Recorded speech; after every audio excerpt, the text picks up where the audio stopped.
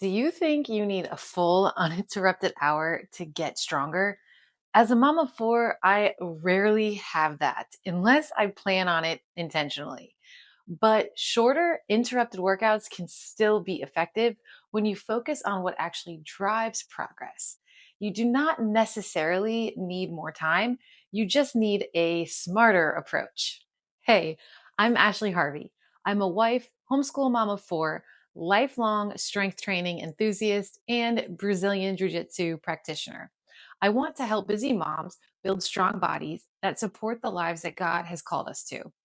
Today, I am sharing how I make strength training work in a season where workouts are often short, interrupted, and far from perfect.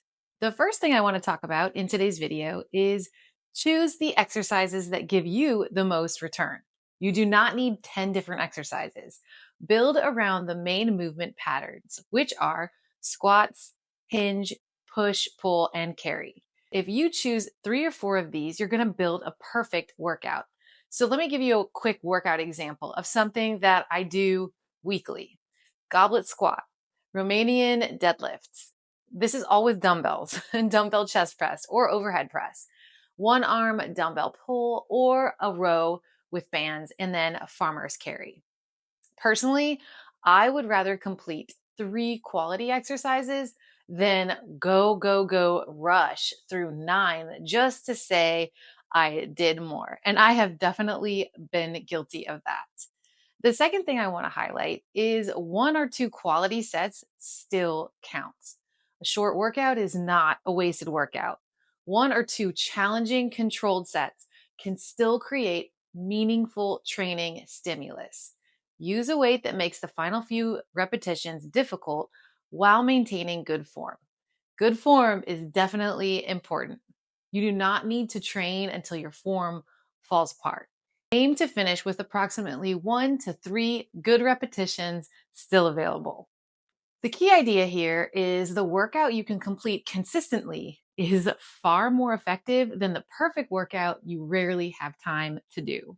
The third thing I want to discuss is rest long enough to perform the next set well. Strength training is not supposed to feel like nonstop cardio. For demanding exercises, resting roughly between 2 to 5 minutes can help you maintain strength and perform better on the next set.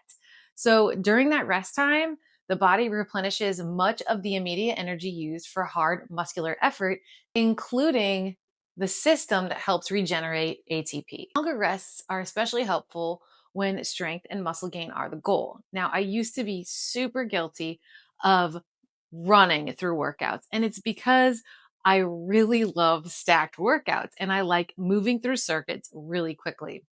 Well, in the last few years, I would say definitely in the last year or two, I have learned that slow and controlled is the best and consistency wins over time all the time. And I've talked about this on the Reps and Redemption podcast as well as this YouTube channel. So instead of moving so quickly through these workouts so I can get more different workouts in, I focus now on quality programming, if you will. And I will just do anywhere from 2 exercises to 5 or 6, depending on how much time I have. So let's say you have some time between your home workout that you're doing and you have a 2 to 5 minute rest period. You can, now this is just me speaking from experience. I'll walk in from the garage, I'll stir dinner, I'll switch the laundry over, I'll refill my water, I'll read a page to one of my kids out of a book they want me to read to them, I'll check on the baby, or I'll clean up a small thing. Then I'll return for another quality set. So the distinction here is resting between sets helps us perform the workout. Our muscle growth itself happens over the hours and days afterward as our body adapts to what we just did. The fourth point I want to talk about is recovery is part of the plan. So when we train, we create a stimulus, and recovery is when our body responds to that. That includes eating adequate protein. I just did a YouTube video on getting enough protein, eating enough total food, sleep. A few thoughtful strength training sessions with good recovery can outperform constant exercise done while exhausted. So for years, like I was just talking about with circuit training, I thought more was better. I thought more workouts, more cardio, more sets, more soreness, more sweat, more mat time at jujitsu. I often believed that being exhausted meant I had trained well. And right before my fourth pregnancy, which just happened, I began to understand that I was not always under training, I was overtraining. Sometimes I was under recovering. And my discipline is not only pushing harder, and that's not just what discipline is. Discipline can also mean stopping, resting, and eating enough and allowing the work to produce the results. And I used to measure a workout by how tired it made me. And now I'm learning to measure it by whether it helps me become stronger over time. We talk a lot about longevity on the Reps and Redemption podcast and here on this channel. So just know that you do not need to have endless free time to get stronger.